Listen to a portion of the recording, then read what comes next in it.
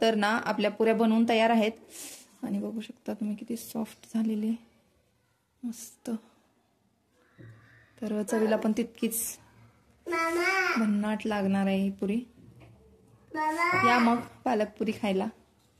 नमस्ते, मी Deepali, Mrs पोजळच्या आणखीन एका नवीन व्हिडिओमध्ये तुम्हा सगळ्यांचं खूप मनापासून स्वागत. तर आज आपण बनवणार आहे पालकपुरी. तर थंडीचे दिवस चालू झालेत आणि गरम गरम असं काहीतरी खावंसं वाटतं आणि रोजची चपाती भाजी आणि खाऊन कंटाळा लहान मुलांना पण आपण टिफिनला देऊ शकतो.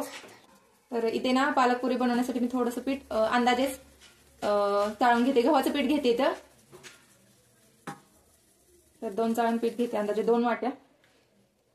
तर हे बघा, रोजचे पदार्थ आपण काय नेहमीच मोजून वगैरे घेत नसतो, पण परफेक्ट रेसिपी जर म्हणाल तर अंदाजे 2 ते 2.5 वाटी पीठ मी घेते इथं गव्हाचं.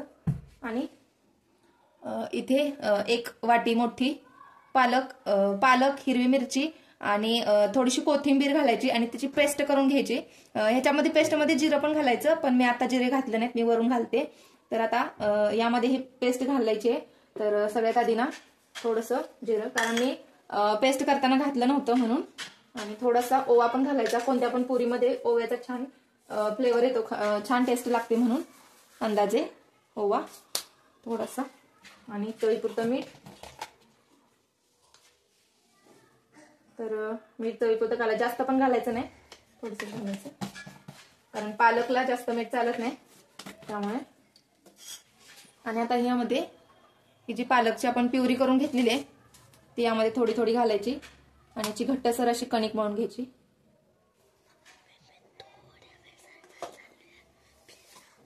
आणि आयुष हळूच बोलतोय की मम्मा मी थोड्या वेळासाठी खेळायला जाऊ का.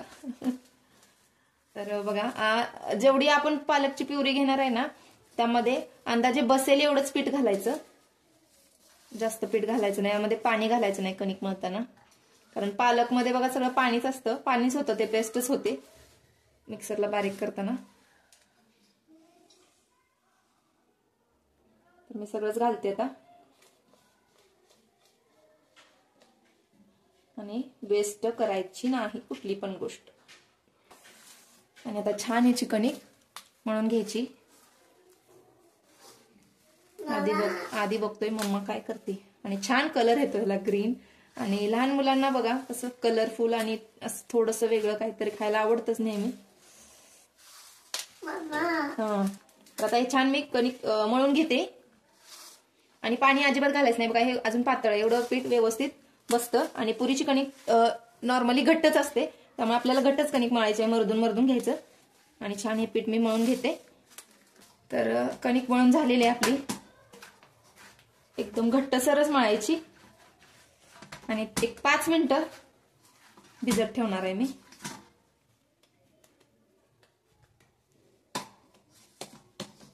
हीच प्लेट झाकते. तर आता 5-10 मिनिटं झालेली आहेत. कणिक आपल्याला छान मर्दून घ्यायची आहे. थोडंसं तेल टाकते मी.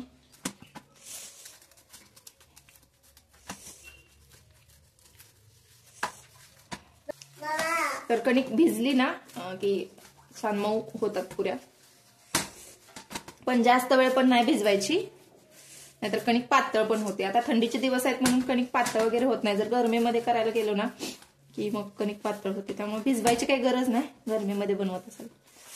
आता इथे एवढी थंडी आहे ना की कणिक पातळ होण्याच्या ऐवजी अगदी घट्ट झालेली आहे. फ्रीजमध्ये ठेवल्यानंतर कशी होते ना तशा टाईपमध्ये झाले. तर आता ह्याचे मी छोटे छोटे गोळे करून घेते.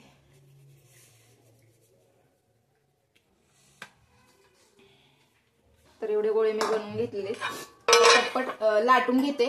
आणि काय करते, एकदम लाटून घेते, म्हणजे एकदम तळायला पण बरं होतं, आपल्याला गॅस वाया जात नाही आणि तेल पण जास्त मग जळत नाही. तर सगळ्यात आधी मी तेल गरम करायला ठेवते. तर आता मी गोळे बनवून घेतलेले आहेत, लाटून घेते पटपट. छोट्या छोट्या पुऱ्या लाटून घेते, जास्त पण जाड लाटायचे नाही, जास्त पण पातळ लाटायचे नाही.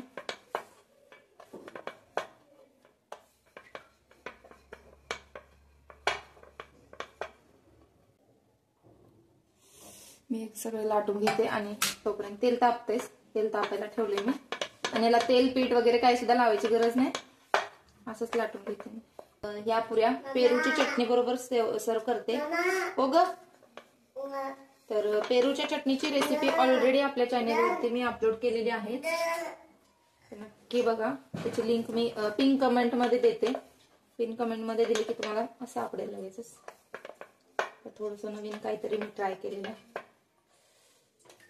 जर तुम्ही याआधी पेरूची चटणी बनवली असेल तर तुम्ही कशी बनवता ते पण नक्की सांगा.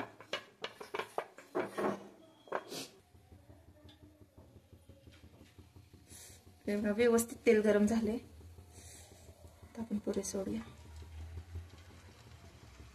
आणि असं आता वरून तेल सोडायचं म्हणजे पुऱ्या छान फुगतात. तर आता छान पुऱ्या तळून घेते मी.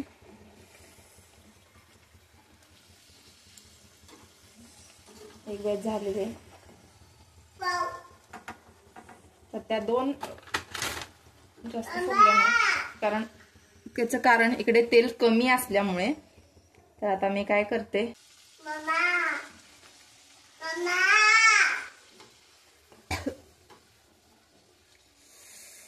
आणि आधीला पुरी खायची आहे, त्यामुळे तो मम्मा मम्मा असं ओरडतो, त्याला पाहिजे पुरी. काढून घेते मी. चालेल.